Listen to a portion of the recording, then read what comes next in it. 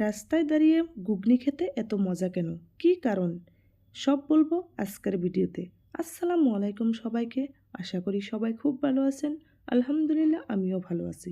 নতুন একটি ভিডিও নিয়ে ওয়েলকাম জানাচ্ছি সবাইকে সিম্পল রেসিপি ইনকেপিতে। ঘুগনি বানানোর জন্য এখানে আমি নিয়ে নিছি 1 কাপ কাবলি ছোলা, নিয়ে নিছি 1 কাপ শুকনো মটর, নিয়ে নিছি 1 কাপ বুটের ডাল, সাথে নিয়ে নিছি হাফ কাপ ছোলা বুট। যেহেতু আমি বুটের ডাল দিয়ে দিছি এজন্য হাফ কাপ ছোলা বুটি নিয়ে নিলাম। এবার আমি জল দিয়ে দিছি।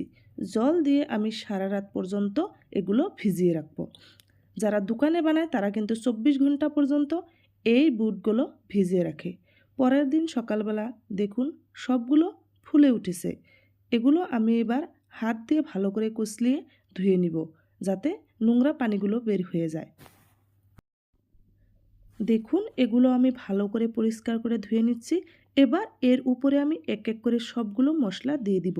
দিয়ে দিচ্ছি শুকনো লঙ্কার গুঁড়ো, হলুদ গুঁড়ো, ধনিয়া গুঁড়ো, স্বাদ মতো লবণ। ঘুগনির জন্য আলুটা দিতেই হবে। এখানে আমি কেটে ধুয়ে পরিষ্কার করে রাখা 2টা আলু 4 টুকরা করে দিয়ে দিচ্ছি। এবার আমি এখানে দিয়ে দিচ্ছি চেরা কাঁচা লঙ্কা। এই ঘুগনি বানানোর জন্য যে ইম্পর্টেন্ট জিনিস সেটা হলো বেকিং পাউডার, বা আপনারা খাওয়া সোডাও দিতে পারেন। বেকিং পাউডার হাফ চামচ আমি দিয়ে দিচ্ছি।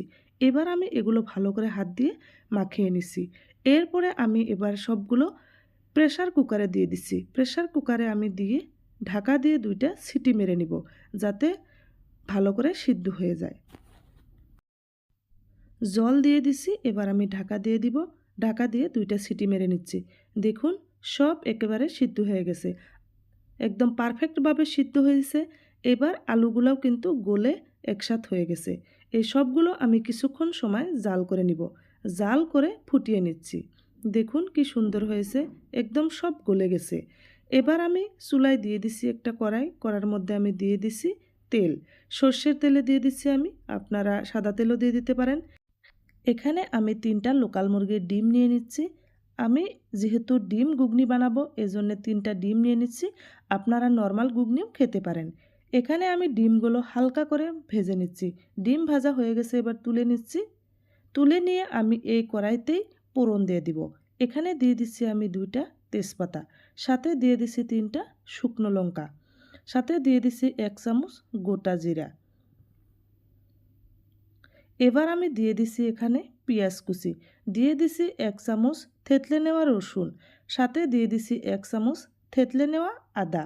এই সবগুলো আমি ভালো করে ব্রাউন কালার হওয়া অবধি ভেজে নিব। এবার আমি এখানে দিয়ে দিছি কেটে ধুয়ে রাখা টমেটো। একটা টমেটো আমি এখানে দিয়ে দিছি, ঘুগনিটা খেতে আরও ভালো লাগবে। এবার আমি সবগুলো ঘুগনি এখানে ঢেলে দিচ্ছি। একদম পারফেক্টভাবে আপনারা এভাবে ঘুগনি বানিয়ে নিতে পারেন। এগুলো ভাতের সাথে, রুটির সাথে বা আপনি পরোটার সাথেও খেতে পারেন। ডিম ঘুগনি কিন্তু এমনিও খাওয়া যায়। এবার আমি এখানে দিয়ে দিছি গরম মশলা আর ভেজে নেওয়া জিরার গুঁড়া দিয়ে আর একটু সময় আমি ফুটিয়ে নিব। দিয়ে দিছি এবার ডিমগুলো দিয়ে আরও কিছু সময় আমি ফুটিয়ে নিব।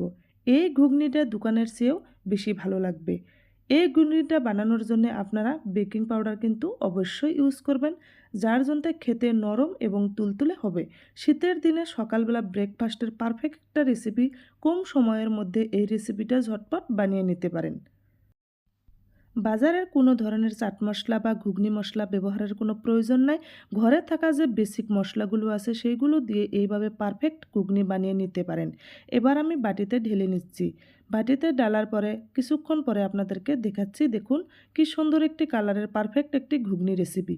যদি ভালো লাগে থাকে নিশ্চয়ই আমাকে কমেন্ট করে জানাবেন।